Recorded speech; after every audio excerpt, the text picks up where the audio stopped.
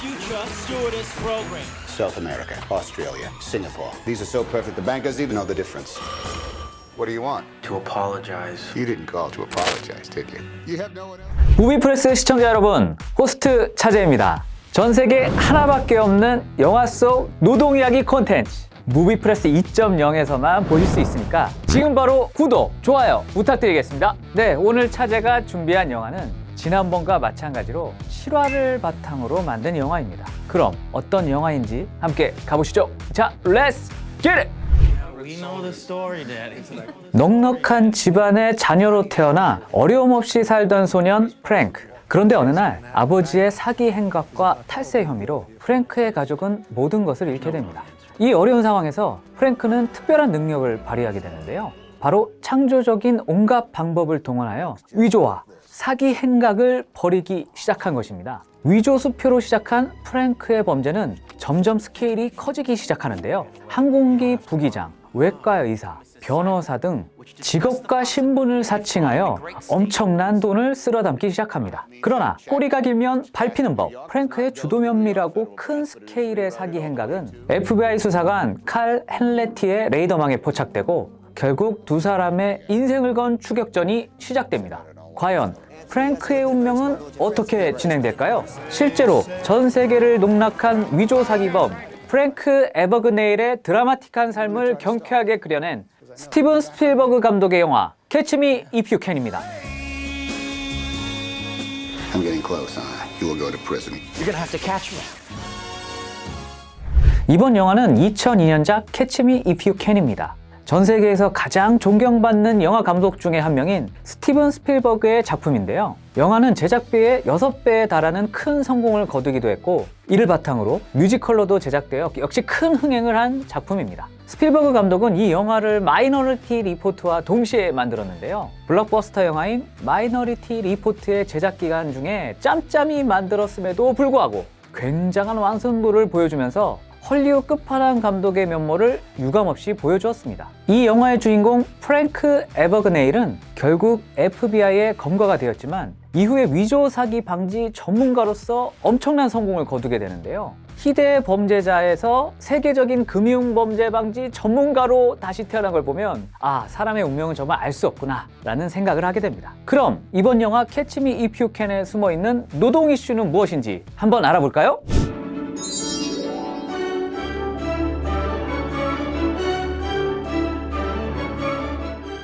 프랭크는 페남항공 직원으로 신분을 위조해서 항공기 부기장으로 급여를 받아가며 살아갑니다. 일종의 취업 사기를 벌인 건데요. 과연 이렇게 자신의 스펙이나 학력 등을 위조하여 회사에 입사할 경우에 또 그게 발각됐을 때는 어떤 징계나 처벌을 받게 될까요? 프랭크 같이 학력이나 스펙을 위조하는 것은 취업 이전에 범죄죠. 필연적으로 학력이나 스펙을 위장하려면 문서들을 조작해야 되는데 만약에 공문서의 위조는 10년 이하의 징역에 처할 수 있고요. 사문서의 위조는 5년 이하의 징역이나 혹은 1,000만 원 이하의 벌금을 받을 수 있습니다. 그리고 보통 이런 사실이 적발이 되면 회사에서는 징계 해고 등의 절차를 통해 이분을 내보내거나 아니면 조용히 스스로 그만두게 만들기도 합니다. 왜냐하면 범죄자를 회사에 둔다는 것 자체가 회사 내부적으로도 운영에 많이 부담이 되고 이게 대외적으로 만약에 알려진다고 하면 더 큰 타격을 줄 수도 있잖아요. 그런데 이렇게 취업 사기를 통해 들어온 사람의 업무 능력이 엄청나게 뛰어난다면 과연 어떻게 해야 될까? 실제로 프랭크 에버그네일은 단순한 위조 사기범이 아니라 엄청난 천재성을 발휘하기도 했는데요. 영화에 보면 변호사 시험을 단 몇 주 만에 공부로 통과할 정도로 굉장히 똑똑한 사람이기도 했습니다. 그렇게 스펙을 빼고 진짜 능력자라서 취업 사기를 묻기가 무색할 정도라면 회사는 과연 어떤 결정을 내려야 할까요? 그래도 저 같으면 이렇게 하겠습니다. 프랭크, 죗값을 받고 나중에 다시 이야기하자 라고 말이죠.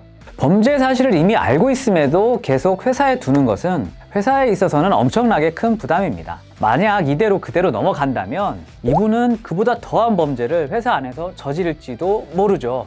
그렇기 때문에 이런 부분들을 감안하시더라도 그분을 채용한다는 유혹은 바로 떨쳐버리시고요. 이분의 인생을 위해서라도 바로 회사에서 내보내시기 바랍니다. 만약에 그래도 이분을 다시 고용하고 싶으시다라면 이분이 죗값을 다시 받은 다음에 다시 면접을 보시는 방법을 추천드리겠습니다. 프랭크, 학교 갔다 와.